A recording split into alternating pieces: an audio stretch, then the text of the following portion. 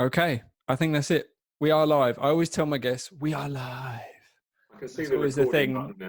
I've pressed the recording button. I'm hoping it is going to record. Cheers. Thank you very much for coming on the show. My pleasure. Now you're talking, man. We haven't had a beer together in a long time. Mm. Yeah. True. How long it's been? I think last time I spoke to you properly on the phone was, oh God, it must have been about 2015. Seriously, I think I was really getting into trying to learn the guitar properly. Yeah, that's And I right. phoned you up for some tips. Yes, I do remember that. Yeah, that was quite a while ago. So it was a long time ago, another life ago. Yeah, So how you keeping with all yeah, this I'm good. crazy shit? It's Yeah, crazy shit. it's it's It's up and down. It's up and up and down, down. but I Are mean, you I'm lucky because I have guitars. you So have guitars? Do they give you some sort of an immunity yeah, I think to the so. virus? I mean, They this do, whole kind of you can't see the setup here, but right? I'm very lucky. I've got my little mini studio set up, so it Mm. does keep me from going too crazy, I think. But I should say, like, okay, so we met, God, another Early lifetime 2000s. ago. Must It have been was early. It 2000. was early 2000s, wasn't it? Yeah, 2002 maybe something. I saw you at the Battle of the Bands, Yeah, that was winners. 2002. Yeah, winner of the Battle of the Bands, and I think you did. I think I saw you at the gig after you won it. Yeah, the I've got a prize winning. feeling Yeah, it was the prize one, and that's when you were with Fidget. yeah. And I kind of, I got a bit stalkerish. I'm gonna be honest. I kind of like, I don't know what it was. I was just like, because I really like the music. I really like, I mean, seeing people jumping. I was just like, oh, this is a friend, because you worked with my mum at the time. Yeah, exactly. Yeah, And I was like, I know this dude. And I got really excited about what you were doing. The music was great. The crowd reaction was amazing. And I think I called you up, and I think we met over at Witherspoons, didn't we? And I was just yeah, like, I yeah. want to help you. I want to help you do something, try and get you some gigs or try and book you or something like that. And that's how we kind of like started that crazy summer, which Yeah. that was a crazy summer though. That was some good times, but that was when you were all with Fidget. So I mean, that was a long time ago. You are now Rise Bailey Rise, Yeah. the artist known as Rise Bailey Rise. You know, he's rich to me, but you're Rise Bailey Rise, and you will be referred to this in all publication. Yeah. so how long is it you've been doing? So I mean, you were doing it before then, but I mean, was Fidget the first thing that you kind of did that Yeah, yeah. actually took off?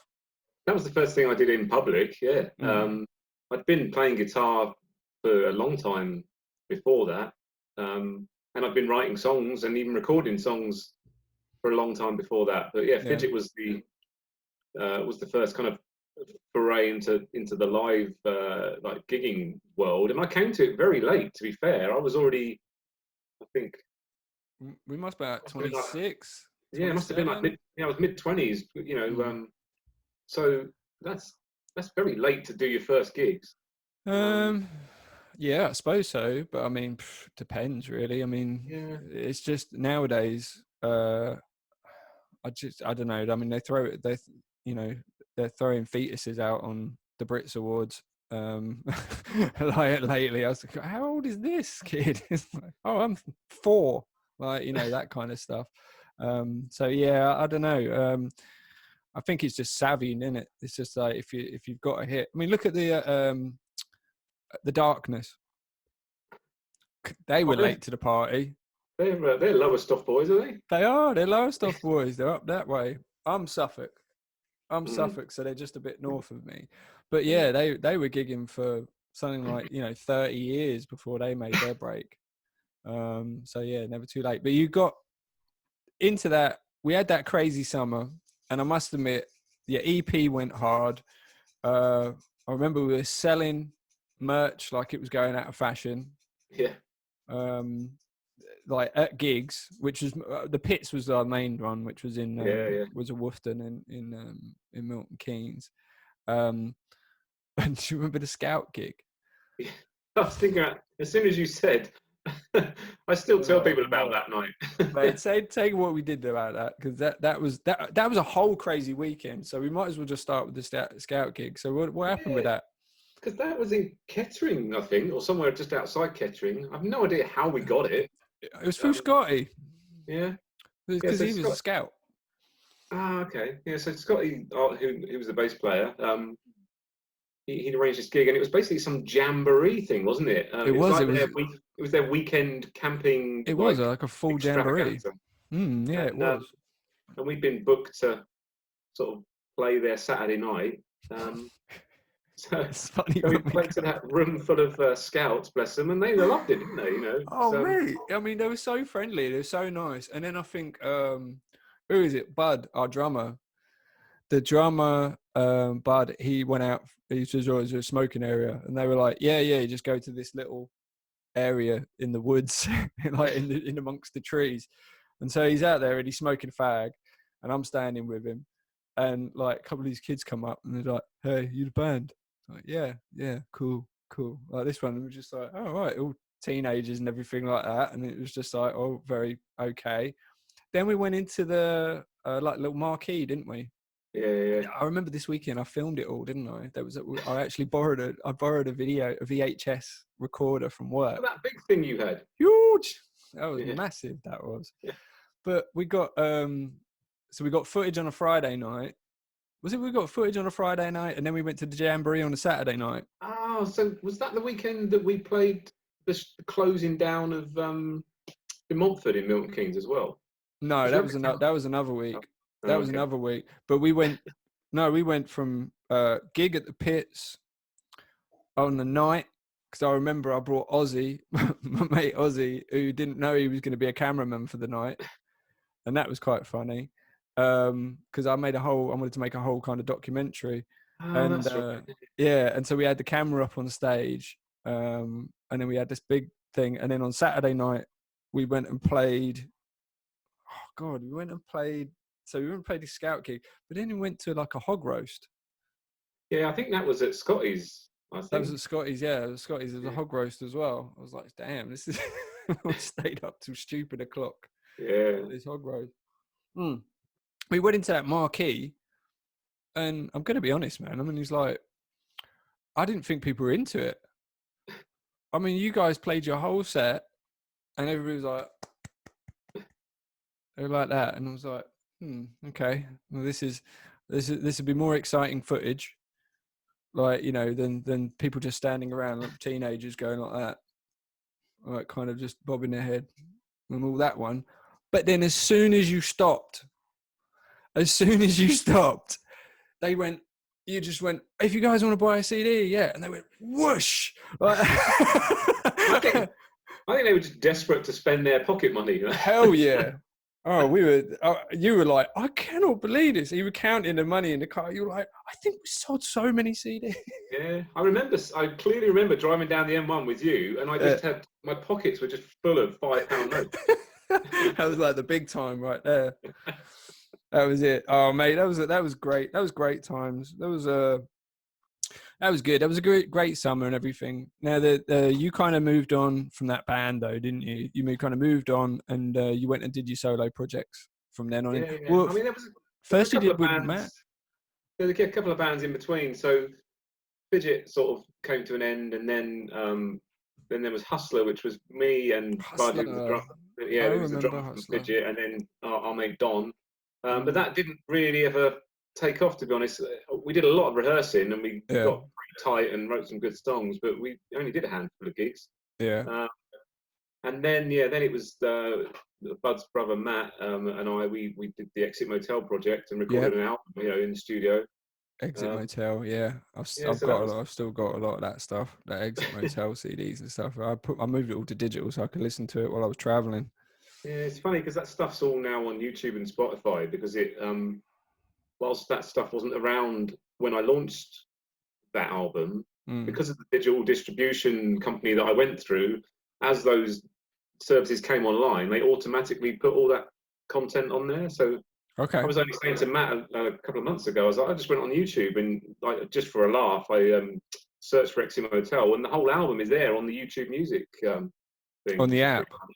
I Yeah, mean, yeah. you get royalties for that. Well, if anyone listens to it, I do. per click royalties. So yeah, that's Yeah, and the it. next thing hotel kind of we sort of that was kind of very much a project in its own right, really, I guess, to get that album out. Yeah. And then I had a little bit of a break from the music for a while, and then yeah, then came back as a solo artist essentially.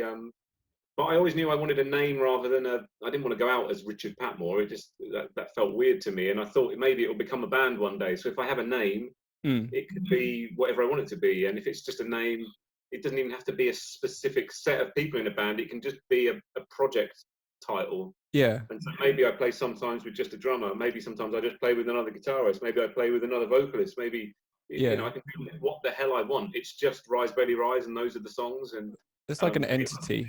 yeah, exactly. It's like, And as it turns out, more recently, obviously, I've done a lot of gigs and done the live looping thing, done my EPs and stuff. But then I've also been doing the remixes as well. So now there are a few Rise Baby Rise remixes out there of various bands as well. So it's I like it. It's kind of, and for me, I'm never going to really want to be like, you're never going to want to be there. I'd rather hide behind a name than use my own name. Yeah, yeah. Have you That ever works thought? for Have me. you ever thought? I mean, you're doing remixing quite a lot now. I've listened Yeah. to quite a few of them. It's really good. Like Thank some you. of the stuff, some of the tracks are really good, and I was like, oh wow, and I kind of like, just think that production has always, writing and production has always been your massive, Absolutely. your massive talent with it all. Have you ever thought of kind of like, giving up some songs to other people? I think we've had this conversation before. I definitely would consider it. Yeah, I think part of my issue is not really knowing how I go about those things, And I think when I was a bit younger, it was like, well, if I can make something of the band thing or whatever, then those opportunities will just come along because they'll come to you. But obviously, there's a lot of other things that go on in life as well. So, Yeah. but the point for me is I love doing it. Mm. Like when I'm sat here, let's say that, like this is my desk that I work at. I can just do it for hours, and the time just doesn't exist anymore. I just love it. I love the creative process. I love coming up with new ideas. I love working on them. I love seeing it through. I just love the whole thing. I love it.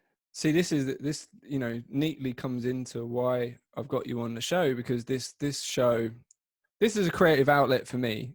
This is something that I quite happily would get out of bed in the morning for. Yeah, The last 10 episodes I've done of this, I've been extremely proud of the conversations I've had and the people that I've met. And if anybody has actually clicked on them to actually be more enlightened about their world, then I'm happy. It's yeah, great, and a creative outlet is so important. But I'm so you've like just you're passionate. You're passionate, and that's what's great about interviewing people like this. When you're passionate about something, I mean, it's just you can see that light in them when they're talking about it, and it's really yeah, yeah. great. It's absolutely. And do you find that you kind of like through that vehicle, you come in contact with so many people Yeah, with the absolutely. same kind of thing? It's an absolute. It sounds a bit cheesy, or whatever, but it's a privilege to do this and to have it in my life. Because I think, what the hell would I do if I didn't have it? The number of people that I've met that I would never have I would never have the balls to go and talk to people. I'm not that kind of person. I'm not extrovert. I'm very introverted, and so. Mm. But when I go and play the music, it enables me to start conversations with people, or people to start conversations with me that they would never do if I was just the quiet guy sat in the corner. Mm. Um, and so it opens up a whole world that just wouldn't be available to me if I didn't do it. Yeah. I'm very much on the gigging side of things, I guess. But there's so many like cool people that I know and can call my friends that Yeah. I've only met as a result of doing this. Yeah. It's absolutely true. Mm. And I love that. And it's funny because when you talk to another one, another musician friend, and you go, man, this is so good. And they're like, yeah, I know.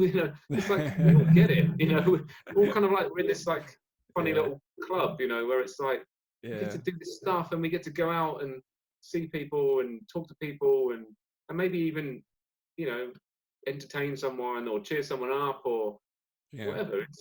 It, yeah, it's It's awesome. great. It's really great. I mean, it's a great creative outlet. Music is a beautiful thing.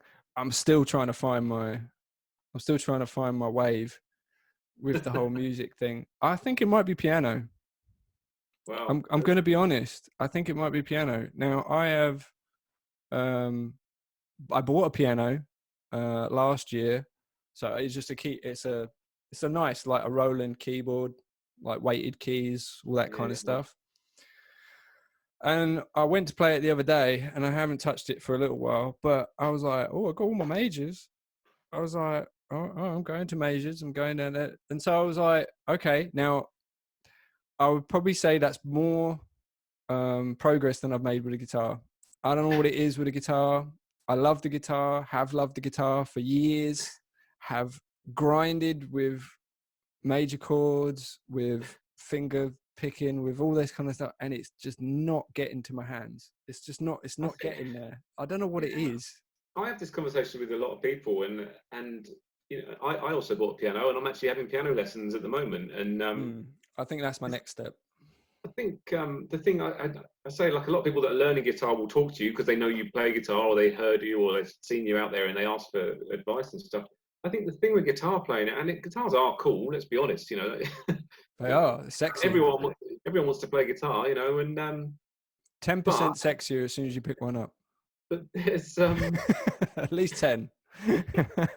there's um there's a real steep curve on it because, and I'm not saying that playing piano is easy by any stretch, but you can go to a piano now, switch it on, or if it's a natural one, and Mm, you can play middle C, and you mm, can hit it with your finger, and it will play middle C true, and you'll yeah, hear it. that's a note. Yeah. You pick up a guitar, there's a lot more variables in place there that are going to hamper your progress maybe, like, Mm, and you can put your finger on the right fret to play a C, the note C, but if you mm-hmm. haven't pushed the finger down correctly, or if you've got it in the wrong place, and if you hit another string by mistake, you've got all these other things that Yeah. may be kind of getting in your way.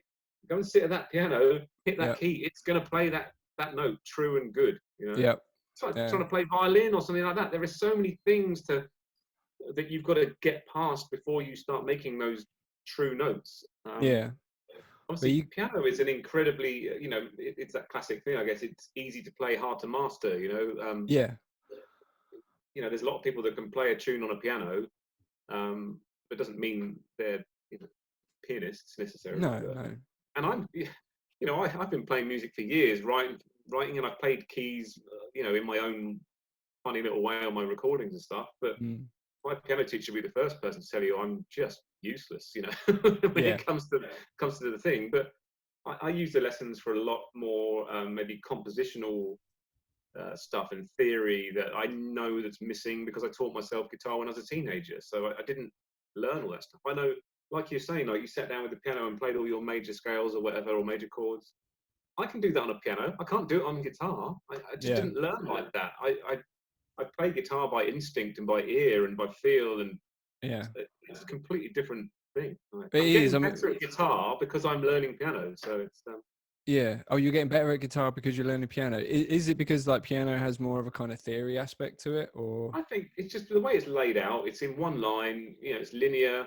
It's very logical, very mathematical. Mm, And I always say, like, when you play guitar, it's like playing six pianos in a row that are all mm. slightly offset in different ways. You know. Yeah, and you know they're less than an inch apart each note, which you know is problematic for if your fingers aren't that coordinated. But it sounds beautiful though, Yeah. and it does. It's a great thing to rock out to. I wanted to actually mention some of the things that I've been listening to. Um, so I went through your back catalogue. I'm going to be honest. I went through YouTube and everything like that. I love She Draws a Circle for a Sun. I Ah. love that song, man. I really do like that song. I love where it's coming from. I kind of understand the theme of it. I love the animation for Oh it yeah. as well. I think I it's a agree. lovely tune. I think what you know, I'm gonna link this in the description and everything like that, so that people can check it out. I like that. The other ones as well were Vertical. I like Vertical. Oh, okay. Yeah. Spaces. I'm gonna be honest. I like Spaces halfway through. I was just that's what it is. I think it took a while to get going. Then it's halfway through, and I was like, that was cool. But yeah, I quite like listening to that. The Brother Needs a Brother, which is Oh, yeah. your loop. I love that. That's That's got really good, dude. That's some my that's some blues. I like that. I like some It's got my mate blues. Jeff. Jeff is playing harmonica on that, so Yeah, man. it really adds to it. I like the live stuff you did as well. The live version of it that you did with the loop head, like in black Oh and yeah, white, because you got the two versions, haven't you? But yeah. that's but that was really good. Have you ever heard of a artist called Tyler Childress? Not that I know of. No. Okay, so Tyler Childress is a country artist, and he actually did a live session, acoustic session, black and white, similar to like kind of the way that you did yours. It's just literally just sitting there with the guitar, and it's called White House Road. And mate, check it out. It's really good. It's real kind of dirty, kind of like outlaw country. Yeah. And I like that. And that album that's actually that's on as well is a brilliant album. And I was like, oh mate, as soon as I heard that Brother Needs Brother, I was like, oh mate, you probably like Tyler Childress as Oh, well. cool. But Yeah. yeah, I'll check it out. another new music one. Yeah. So what are you doing at the moment then? I mean, you're still gigging and stuff like that. Have you got any more kind of projects that are you just gonna how are you gonna publish stuff now? Well, so basically, I mean, at the end of 2019, second half of 2019, I didn't really do any gigs particularly. What I find is when I'm on the gigging kind of cycle, I find it very hard to then get the new songs written and finished because I don't have an awful lot of free time. You know, I've got 3 kids and I work full time and you know, boo-hoo, whatever. But so when I get these bits of time, I really have to choose what I'm going to do with them. Now, if I'm gigging, that bit of time that I've got, I will be either at a gig or I'll be rehearsing, so I'm ready for the next gig. Yeah. Which doesn't leave a lot of time for writing a new song, getting it recorded and getting it arranged and getting it mixed and getting it released. So I find that I end up just playing the same songs for a huge period of time. And frankly, it gets a bit boring, you know, because I'm always coming up with new ideas. So I'll be sat there and they'll just be in my head. And I'll kind of maybe have time to put a really rough loop down on the laptop or maybe even just on my phone on a voice memo or something like that. And that's just then eating away in my head, like, oh, you've got that new idea and you haven't done anything with it. And then I'll be like, okay, well, I'll write some lyrics, and they just sit there, just not done because they just need the graft. That's what it is. Yeah. The little magical moment has come, but now they need some time spent on them, banging my head against the wall, playing the riffs over and over again, singing the same lines over and over again, and changing them slightly, recording it 10 times, and just changing little sections and. Yeah. It's just hard work. It just needs the work doing. And when I'm gigging, I just can't find the time to do that. So I kind of made a conscious decision. I was like, if I'm going to move this all forward, rather than just Be Rise, Baby Rise, who's playing the same 9 songs that he's played for 5 years, which is not enough for a creative person. It needs to be more than that, clearly. You know, it was like, well, I'm going to do less gigs. I'm going to do less open mic nights, and I'm going to use those times to actually. What I was originally going to do was do like a mini album of like 6 tracks. So I've got the 6 tracks. I've got demos of them all in various states. But then what also happens is I stop gigging so I can write and record or whatever. But then life fills in the gaps where I would have been. So I end up in this kind of weird situation. It's like, well, I may as well go and start gigging again because at least the gig is a sacred bit of time that I have to go there because I'm committed to it. Nothing's going to get in the way of that, you know. Well, apart from huge things maybe, but whereas me going, no, I've allocated 2 hours on a Thursday night to sit down and, you know, finish a track, can so easily get filled with something else because I haven't gone anywhere. Nothing's magically ring fencing that time. So I did go around in this kind of circle a bit where it's like I'm not gigging, but I'm not doing the EP either. And you kind of take that step back and you're like, what's going on here, man? That's when I started doing remixes because the great thing about doing that is 1, it's fun. 2, you haven't got to come up with everything because you're being given like the hard work. These artists have written these beautiful songs, recorded them, you know, in a great way, had them mixed and everything. They just give me some of the what we call the stems, like the individual tracks, like the vocal, maybe the guitar part, or whatever, Yeah. and I just get to play with them and just chop them up. And the other really big thing with doing that is I can just do that with my headphones. I don't need to record any more audio, so I can sit here at 11:30 on a Wednesday evening when my kids are asleep, and it really doesn't bother anyone. I can get up at 6 o'clock on a Saturday morning and I can spend half an hour on it because I've just got my headphones in and I'm just chopping audio and messing around with beats and just playing around. And so it actually kind of fits my life, I guess, in a way. And the other thing is it's for someone else. And for someone like me, it's way easier to do something for someone else than it is to do something for myself. You So that's find you're really very critical of what you put out. so It so that's changed there really, then. it's been good fun. But then at the same time, I take a step back and go, hang on a minute, I've just spent a month remixing that track. I should have been working on my own music. It depends though. I don't know. I mean, I think it's a creative outlet is a very weird thing. It's very I think it's very in the moment. You know, the times when I used to allocate myself set time to like work on this or work on what I was working on. Yeah, more often than not, you'll get to that time, you go, I don't feel like it at Yeah, that time. yeah, So, like after you're gigging at a show, this is probably why everybody that gigs in big shows and everything, they get onto a tour bus that's got a whole studio on it. Because they're like, yeah, I'm hyper, give me some vodka, let's go do this and all this. And they'll get probably their next album out while they're doing the tour for the last one. Because they're in the moment and they're kind of like they're juiced up for it. With the production stuff as well, isn't it? Because it's more like work.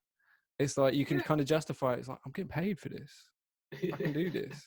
And it's like, oh, are you getting paid? Okay, yeah, kids need shoes. Let's go. Because I got a friend here that lives here in Felixstowe, my great mate Gareth. Gareth has been a hardcore rave DJ since that was big, Yeah, and he stuck with it. Man, just stuck with it ever since the 90s. He's gone with it. He's just a little bit older than me. He's in his 40s, and he stuck with it. And in the last, say, 5 years, suddenly there was a resurgence of yeah, rave music. All yeah, these old Baby D, like Rat Pack, all these guys that used to see at the Sanctuary and everything like those kind of days, they started becoming big again. And all of a sudden, they started going, well, this guy's been doing it for years. Let's get him to remix our tracks. So not only is he producing his own tracks, he's touring. He was touring around the world right up until recently, when all this shit started, like with the KLF, Really? Oh, I KLF, love the yeah. Kayla. Mate, he was on. I was like, "You were where?" He said, "Yeah, I was in Germany with him." I was like, "What?" Stu cuts my hair. He's a barber, and he's like, "Yeah, I was in Canada." I was like, "What?" And he says, "Oh yeah, I went to a gig last night. Baby D was there and everything, and I've got to do a remix for her." Universal Music phoned me up the other day. I went, "Right, what do they want?" They said, "Oh, they want me to do a rave remix of Salt and Pepper Push It." I went, The "Oh, yeah." classic tune, man. I said, "Did they buy it?" And he went, "Yeah, they bought it." I went, "Can I listen to it?" He went, "I can't actually release it because they've bought it, so I can't put it up on my website or anything, but it's pretty good." But he's got a whole studio. I took you up with a guy. It'd be funny if you actually met him, because he's like a music nerd as well, and he's but yeah, like I said, he stuck with it, and it went from a pastime into a super job. Yeah, And he says he's just riding it. He said after all this shit goes down and everybody's back into, I don't know, hip hop or dance or whatever the hell they're going to listen to now, and the rave stuff stops, I'm still going to do this because I love yeah, it. yeah, And that's exactly. it. And he just kept consistent. And that's that consistency which has kind of put him in good stead. And I think that's why, what you're doing is great, that you're still churning it out, finding that time, making that time. It's a good thing to do, getting those creative juices, even though you haven't got a tour bus with a studio on it after you gig. But it's still I've got my studio at the bottom of the stairs though, so every morning when I walk down here, it makes me smile because I see it. You know, you got a plaque on there, it's like "Stairway to Heaven."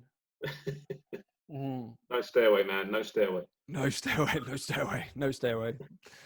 Oh, cool, man. But that's really good. But the so what are you going to do now? What are you going to do now? What is the situation here? Are you? I mean, you're obviously still working. We are in Corona madness. We are in COVID-19. I mean, you're still obviously working your day job and everything, but there's a lot of free time right now, and there's shit all to do than be creative right now. Well, yeah. I mean, it's funny though because, as I mentioned, I have 3 kids. I have a full-time job. Mm-hmm. We have to sleep and eat and stuff.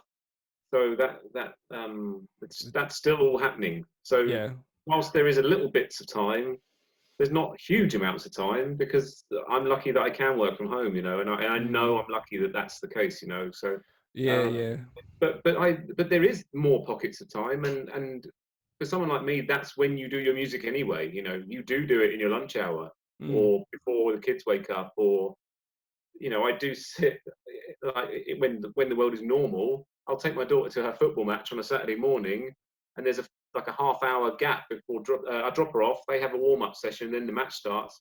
I will sit in my car with the laptop, with Ableton Live running, working on the remix or one of my tracks. You know, like it's done in these little pockets of time. Because if you wait for the long weekend, when are you ever going to do it? You just won't. And my brother taught me something recently. He said, if something's worth doing, it's worth doing badly. And what it is like, it's worth doing badly. What do you mean? Yeah, but it's not what it sounds like. It's basically saying, well, just do it for 10 minutes. Oh, yeah. Right, rather than going, right, no, I'm going to wait until I've got an hour before I sit down and do that. Just do 10 minutes. Yeah. You'll find that the 10 minutes will become 15 minutes or 20 minutes anyway. And even doing 10 minutes of it is better than not doing it because you were waiting until you had 2 hours. Yeah, this is the same as learning an instrument or something like that. Yeah. Consistency is the key, isn't it? If you put it, I found that I made more progress saying to myself, I'm gonna play for 10 minutes. Yeah. Like that was it. Rather than actually saying, I'm gonna train for an hour a day and all that, I'm gonna do this and all this sort of stuff. That has always failed. But if I just said to myself, like, I had this app on my phone plugged into my keyboard, and it's just like, right, I got 10-minute warm up. Then sometimes that 10-minute warm up went into half an hour. Sometimes it went into an hour, just because it got into the flow. And I thought, oh, I can do another one. I can do another one, and that's it. But it's just doing that. It's just kind of breaking the seal on doing something consistently. It makes a big difference. Yeah, I mean, but in answer to your question, what am I doing in Corona world? I signed up for an online production course because, like my guitar playing, my production skills are self-taught. You know, so there's clearly going to be going to be gaps in my knowledge. So it's something I'd looked at earlier in the year, and I thought there's no point signing up for this because it costs X amount of money, and where am I going to find the time to do that? It's just going to be one of those annoying things that you sign up for, and all right. Someone's singing out there. I don't know what's going on. Someone's singing. I got dogs barking. Someone's singing. It's crazy. This is how you have to run a professional setup from home. Which means someone's singing. What, singing outside your house? Like someone's actually singing into a PA out there, man. What? Go and have a look. Tell me what it is. I'm going to take you with me, man. This is exclusive. We're on the move now. We'll find out what the source of this. Oh man, the door's locked. No, I can see people out. They people lock are out you there in. Looking confused. They keep you in, do they? Oh, what is it? Thursday? Yeah. Oh shit! It's about 10 minutes, and people will be clapping outside. Yeah. I have no idea where my door key is. I'll be honest, mate. Oh no, it's 20 minutes. 20 minutes. 8 o'clock is the thing, isn't it? Where would I have put my door key when I get in from my run? I can't answer that. So this episode is how to escape from your own house, featuring Richard. I would go out the back door, but I think I'll lose Wi-Fi there. Mate. Let's just I would take your word for it, I guess. Maybe if you ever find out the source, there'll be some sort of social media post about it, and I can add it to the video. What was the strange sound that Richard heard? No, yeah. It sounds like it's literally just happening like about 3 houses down the road, man. They're singing. I can't remember what the song is. It's one of those kind of songs that the Glee people sing. It's not like the Amarillo one that Peter Kay's. No, it's that. The Glee people. Oh, what Journey? Yeah. Oh, that one. Oh, do you know what? I think it's my mate. I think it's my mate Joe. Right. It is. What's he doing? That's why I thought it was. That's why I thought it was a girl. Oh, what? Just tell him. Excuse me, we're doing a podcast. Oh, I can hear that. I'm going to tell him to shut up. Why's he got a PA? Is he having a party? What's going on? He's got his PA in the back of his car. What did you do? Okay. They've written NHS on the side of it, and now they're just taking people's money. Oh, well, that's everyone's suddenly forgotten the social distancing rules. Yeah, let's all just give each other a hug and some money. Oh, they're all clapping now. Brilliant. So that's one way to raise some money. I'm going to lob a quid in his head. Put NHS on the side of your car. Oh man, yeah, I can hear it. His Journey as well, isn't it? This is crazy. What a crazy ass street. Yeah. Action packed. Anyway. That was funny. At least I found my key. Well, at least you can. Yeah. Well, unlike him, you're about to say you've come at a different position, only half your face. Down a bit. There you go. That's what she said. Yeah. There you go. Thorn between two guitars. Yeah. Or 3 guitars, I should probably say, if I'm going to be accurate. Yeah. So, yeah, I mean, it is a struggle, man. It is like, I just wonder, do you think that I've thought about this a lot, obviously, because you just don't have time. Well, you have plenty of time to think about this all the time. I mean, with the way the world is actually going and the kind of reset button on everything. I mean, everything we do. I mean, creative people are suffering. Service industry people are suffering. Construction people are suffering. There's a lot of people that are just like completely stop everything that they're actually doing. But then isn't it also a case of like some people that are actually stopping are actually saying, well, what am I actually doing? Yeah. Like, why am I not essential in the world when it needs the best people to come forward, if you know what I mean? Yeah. So I'm not saying that entertainers and things like that, honestly, some of the entertainment, I watched that BBC. Did you watch that BBC thing the other night where it was like a concert from home? Did you watch it? There was some good stuff on there. I must admit, I was like, there was a great cover of a Dylan track by Rag and Bone Man, which I thought was really good. But yeah, there was some really good stuff on there. So yeah, I understand. But doesn't it kind of make you feel as if just like, how we're very fragile. We're very fragile. And it's just like, do you think people will actually start looking at what they're doing on a day-to-day and just go, do you know what, I need to make a change? I mean, I've been talking to a few people about this. I think the thing is, the sad thing, maybe. I mean, maybe it's not a sad thing. The fact is, some people will, but it's the same people that were kind of half enlightened anyway. I suspect, that were already on that path. They're already thinking about it. Yeah, like I'm not going to get too political, but if you're are we allowed to swear on this or not? Yep. the Yep. fuckwits, the Yep. fuckwits I will don't give a remain the fuck. This is my fuckwits. show. I'm independent. I answer to no one. Fuck, fuck, fuck, fuck. So yeah, the knobheads are going to continue to be knobheads because the fact is they can't think, they won't think, they don't know how to think, and that's just how it is. Yeah. But the people that do think, I think it will have a profound effect on a lot of people. I think. Yeah. I mean, I think if you're on the fence, I've, you know me, man. I'm a dreamer. I've been on the fence since day dot. You know, I've always thought about different things. I always thought I should be doing something else to what I'm doing. That's always been the case. So yeah, but it makes you really hard think now. Is like, fuck, you know, what's the reset button is hit, and you know, all of us have got limited time, and we are quite fragile now, very fragile. I mean, what's going to happen? I mean, how long? How long? I mean, when is someone going to? People keep saying, "Oh, yeah, we'll be in the pub by Christmas." I don't think I'll be in the pub by Christmas.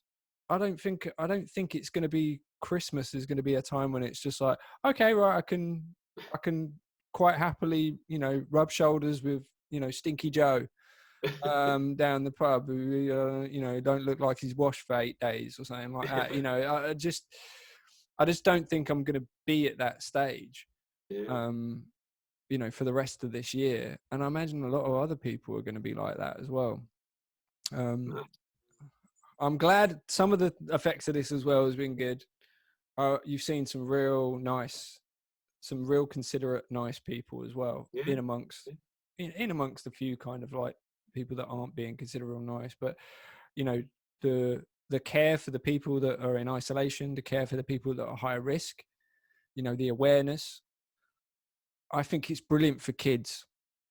You know, I mean, it's a scary thing, and yet I wouldn't wish it, but kids seeing example of people putting others first in the situation and understanding that, you know, grandmas, you know, we need to keep grandma safe, or we need to keep other older people safe, or we need to keep these people safe. I think that's a wonderful lesson. I think that's that kind of that part of empowerment that you give to a child of just like, no, you are important.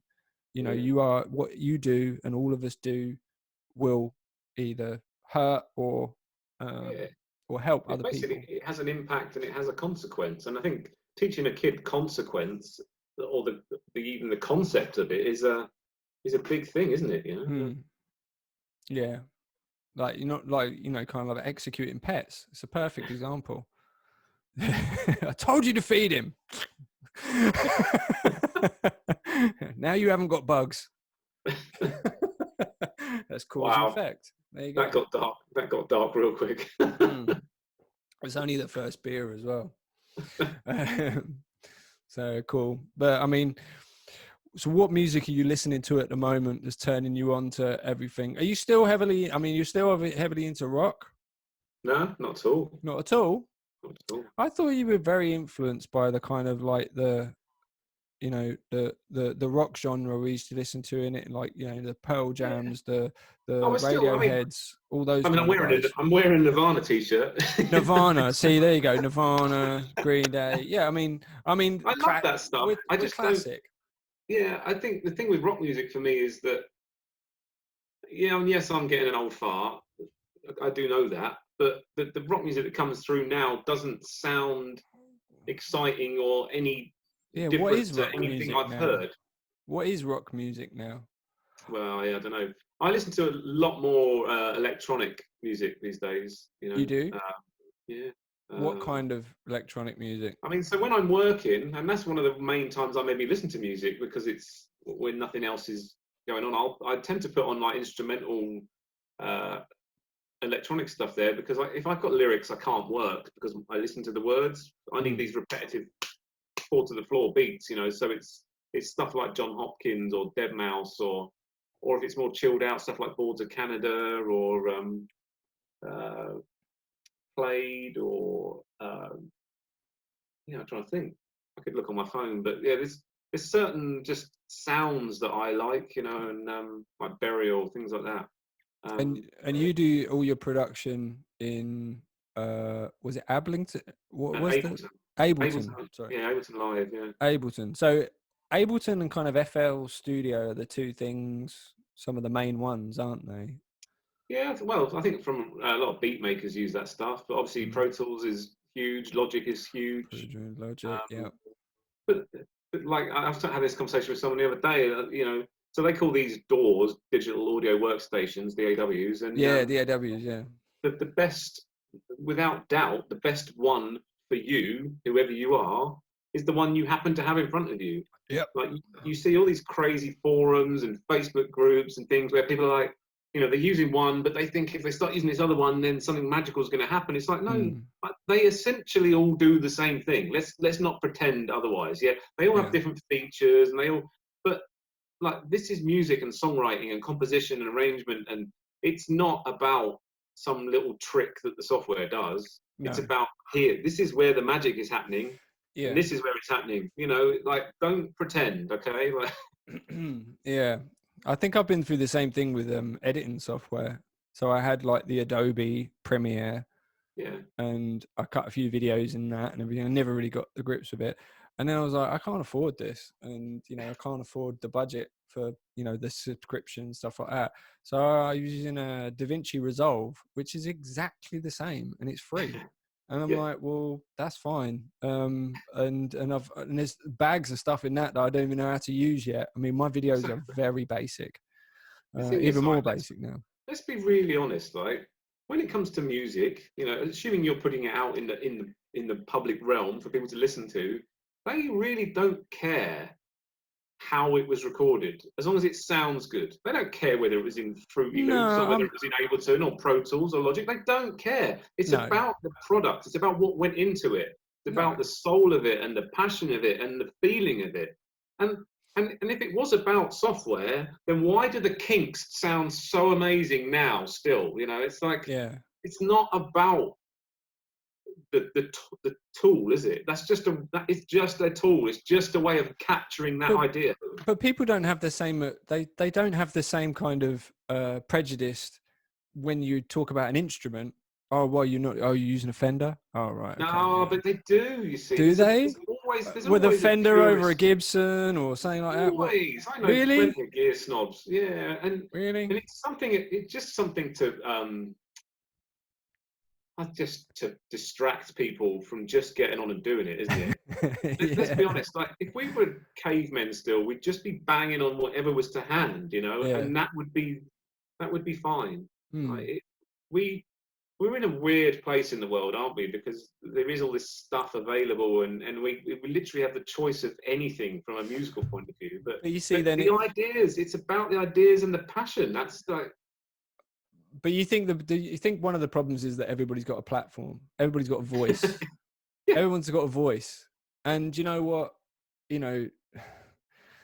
So there's hundreds of platforms to get on, and there's billions of people out there with their own opinion on things, and they've then given this platform this kind of like. A comment that's read 1,000 times is like, oh my God, I'm a superstar. And that's it. And you got a kind of accreditation for being like, kind of like, but then you're open to critique and you're open to discussion.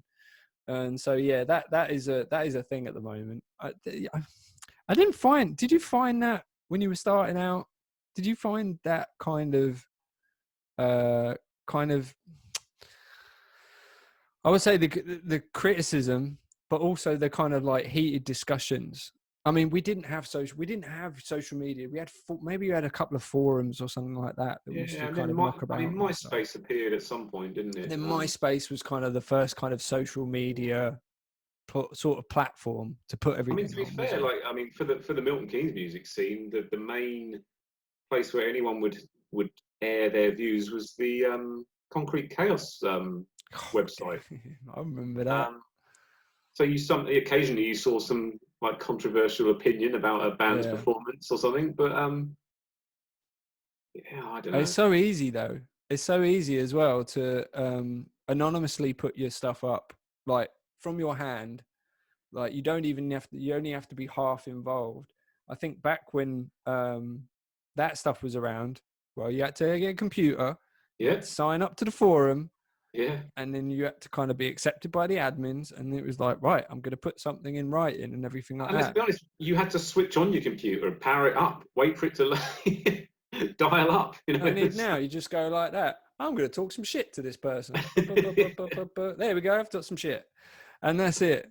I'll get 10 likes. I'll be happy tonight. Yeah. But that is the world we live in. I can't deny that. Like, I'm not kind of there yet, because like my viewership and everything is so low anyway. But I would be quite happy if, like, you know, if people talk some shit to me. I would, because it just means that they're actually interacting. You know, it's almost like, you know, it's just like, if someone talks shit to me, it means they actually watch my video. so I'm like, I'm kind of like winning because you know, because I've actually, like, something I actually spent time in doing, and the people I collaborate with spent time in doing. Someone's actually felt the need to actually put some energy on it to actually, like, you know, burn me or something. So I'll be quite happy with that. Yeah, I can see how people get fucked. I mean, I put a question on a local forum on Facebook just about. I wondered. I think it was a couple of weeks ago, and I just wondered why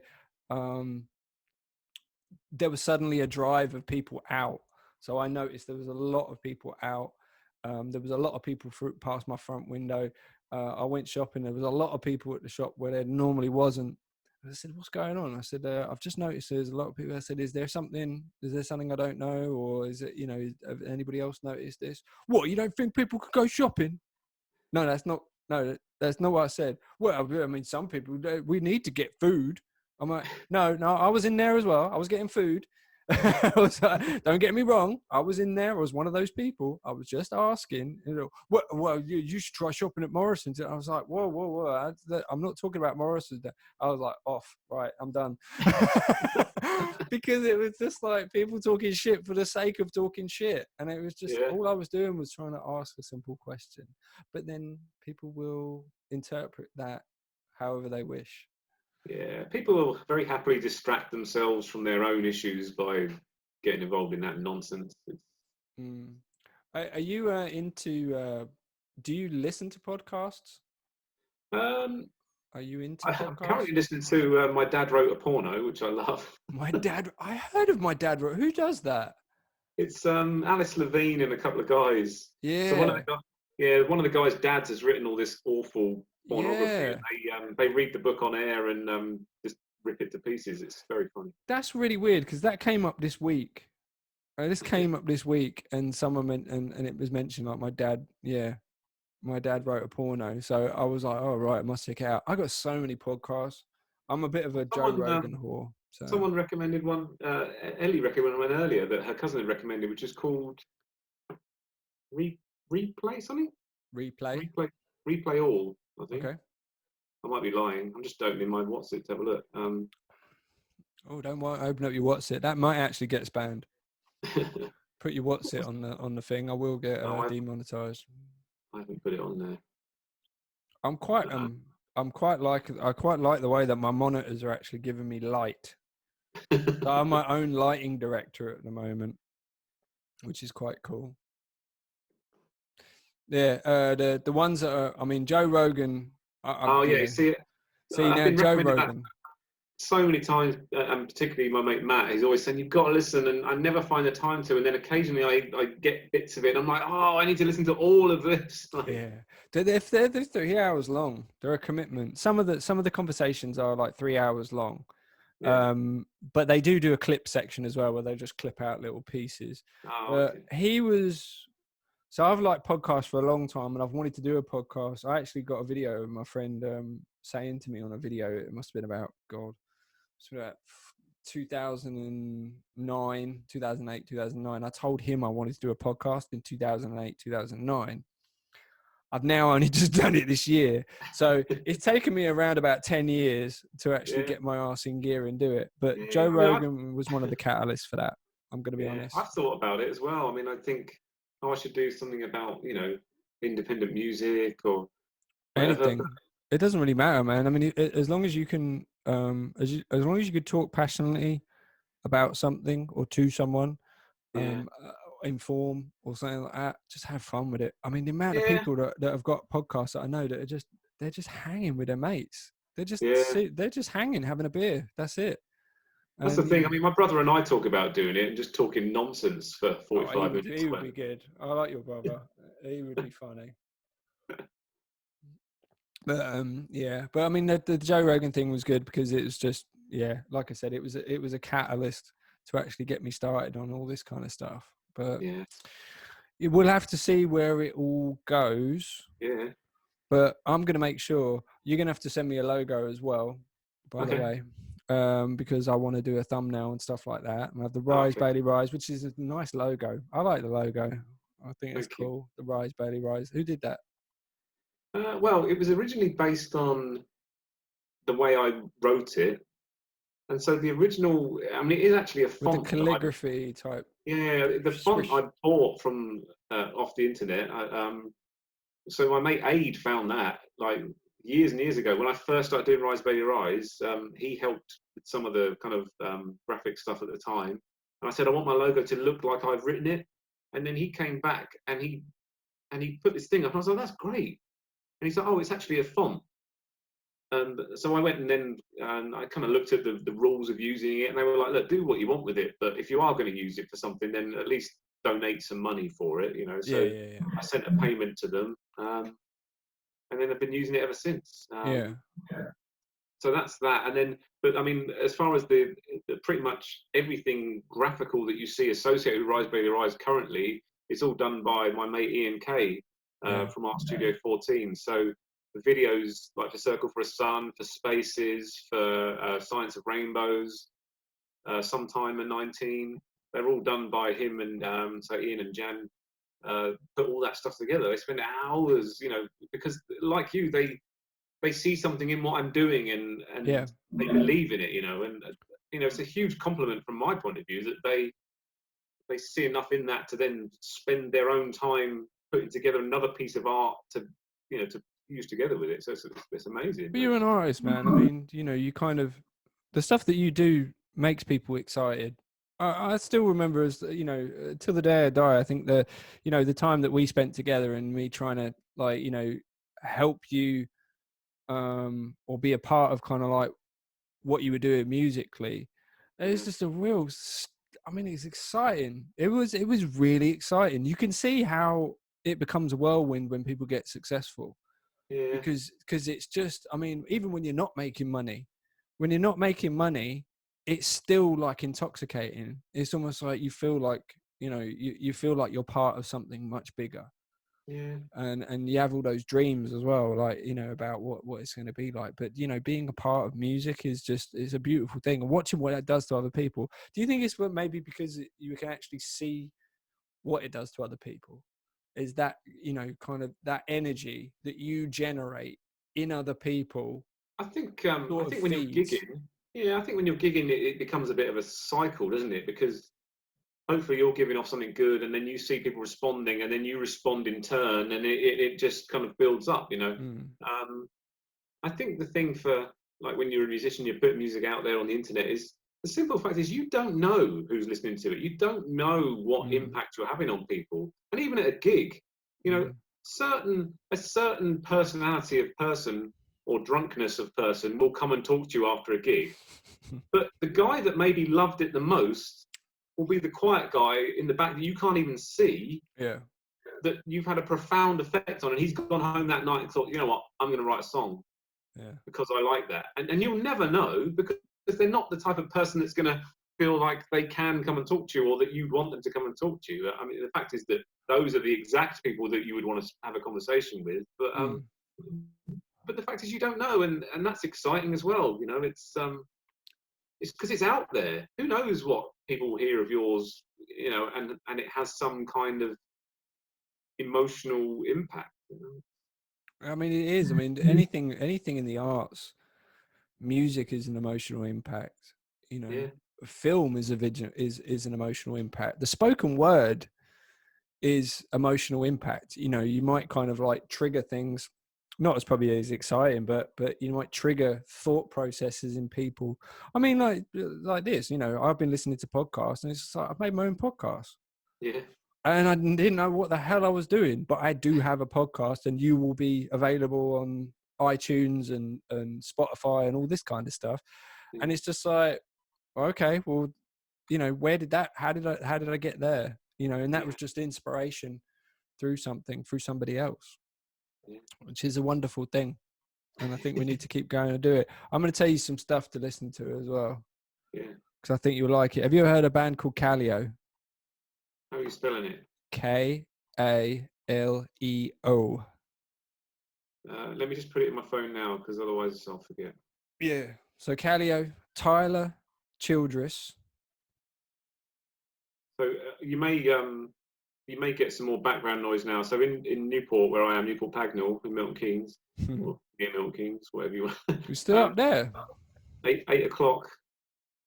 In honour of the Clapping. NHS and the key workers, they send round CMG, who are like the local recovery company based up near the M1.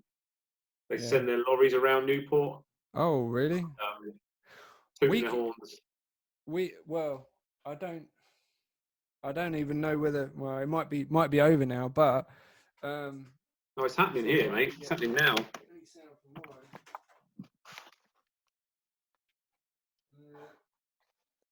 No, I think we just missed it. But so you're doing that, but I get the docs. So what I would get? Can I hear? I can hear. Can I hear something? I don't know why I'm going like that. I've got sirens and all headphones sorts, man. The well, we got the docks. The docks, all the boats, everything. They all go off. They all just like beep, beep, beep, beep, beep. They all go off crazy at this time. But I think it's 6 minutes past, so I think that the time might be gone. I've actually kept you from clapping. So that's it. You won't get any treatment now if you get corona because you didn't clap. I was clapping inside, mate. I was clapping. Keep that to yourself if you got clap. Yeah, so Kaleo, Tyler Childress. I'll send you some stuff as well, but I love Kaleo, man. I must admit, when you talk about blues, I never thought I'd actually find one of the best modern blues bands I've ever heard that were from Iceland. Iceland's music scene is ridiculous. I don't know what's going on, but the stuff is just insane. Dude, if you watch one of their most popular tunes, they actually performed in a volcano. Wow. I'm like, the acoustics in the volcano. I hardly do it.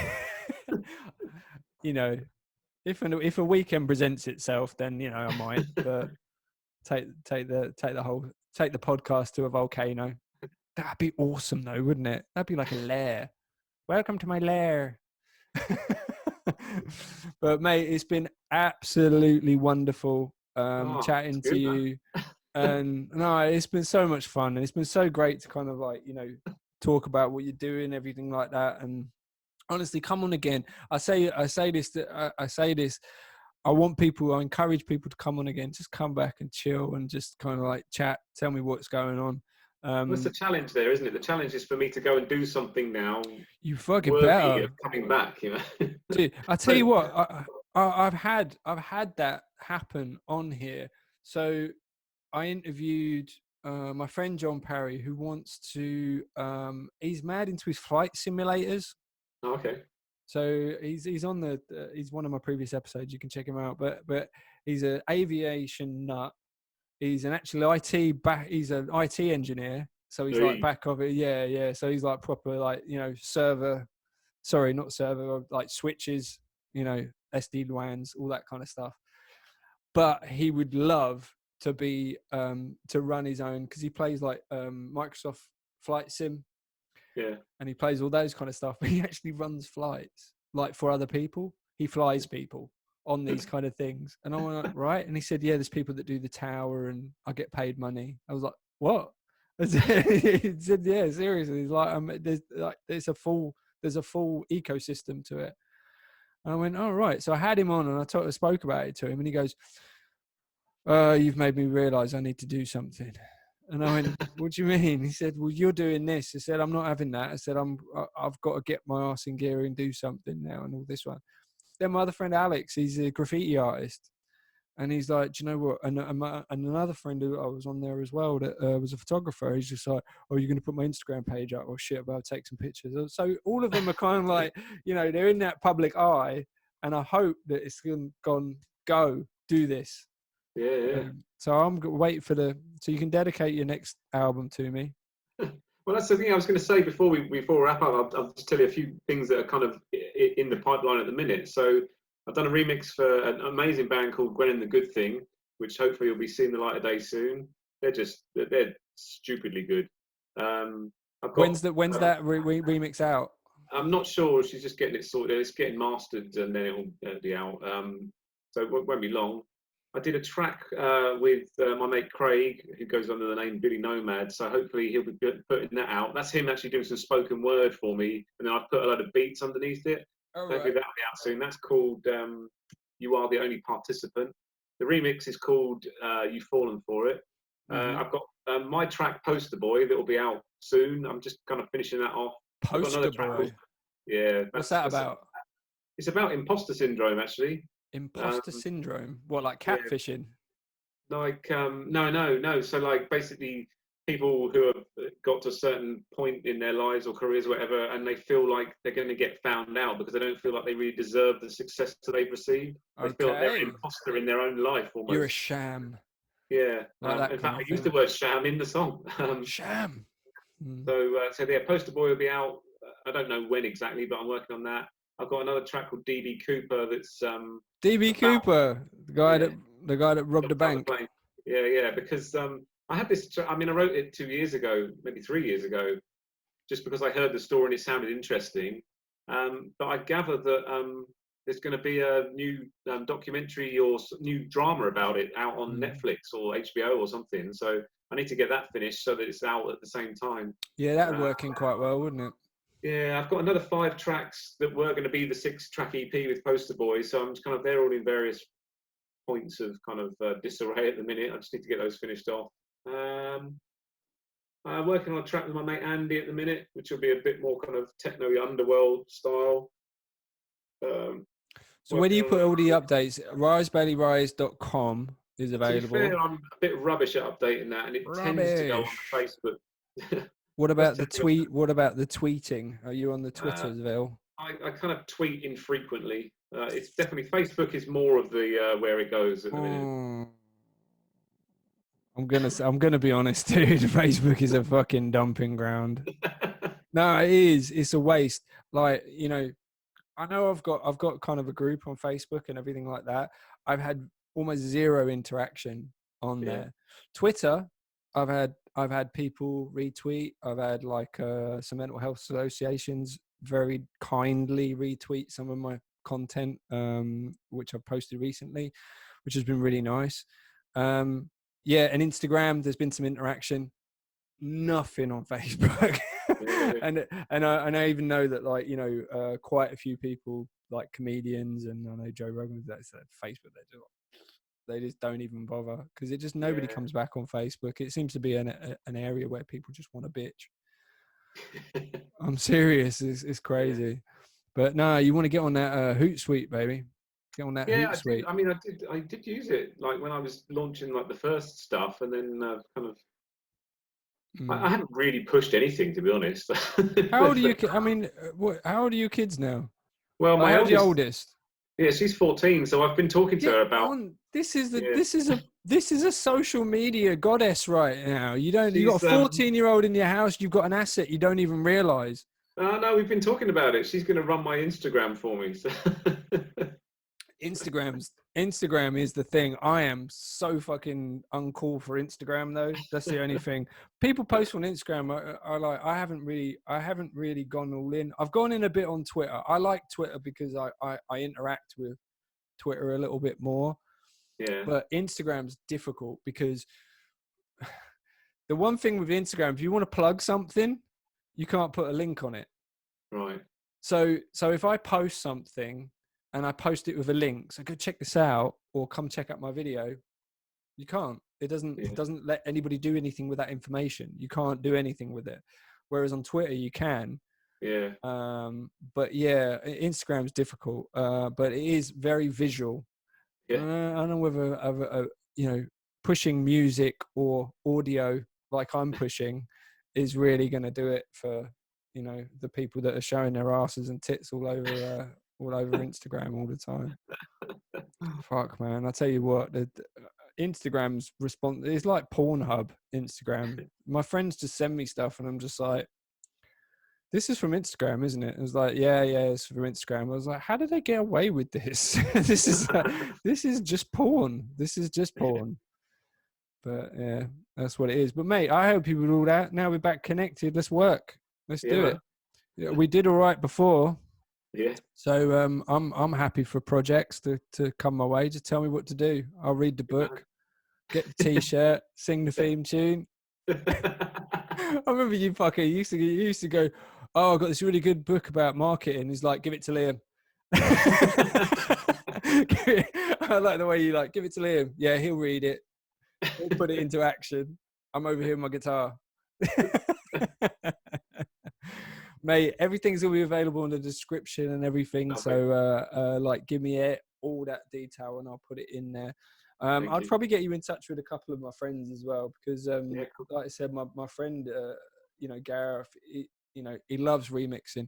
If you actually look at his studio, when I give you a link to some of his studios, you think you got a studio. This crap, honestly, it looks like a keyboard. It looks like a place where keyboards go to die.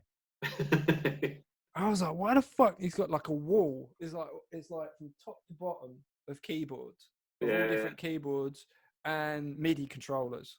So keyboards, MIDI controllers, keyboards, MIDI controllers. I was like, why do you need all these keyboards? He went, because, you know, the Casio's got a slightly different sound to the Roland and the Roland. And I was like, really? I was like, it really gets into that. He says, oh yeah, it gets really deep into that. I was just like, but there you go. I think you might get on. Yeah, sounds good. Huh? It sounds good. Thank you very much, Richard. Rise, Bailey, Rise. Check them out on YouTube. Honestly, all the links will be below. And thanks, man. It's been absolutely brilliant. It's been a wonderful way to spend an evening. And please come back. I will. Good to talk to you, man. Yeah, man. It is great. Okay. Thanks for everybody. And I'll see you again soon. Yeah, take care, mate. Goodbye. Yeah, mate.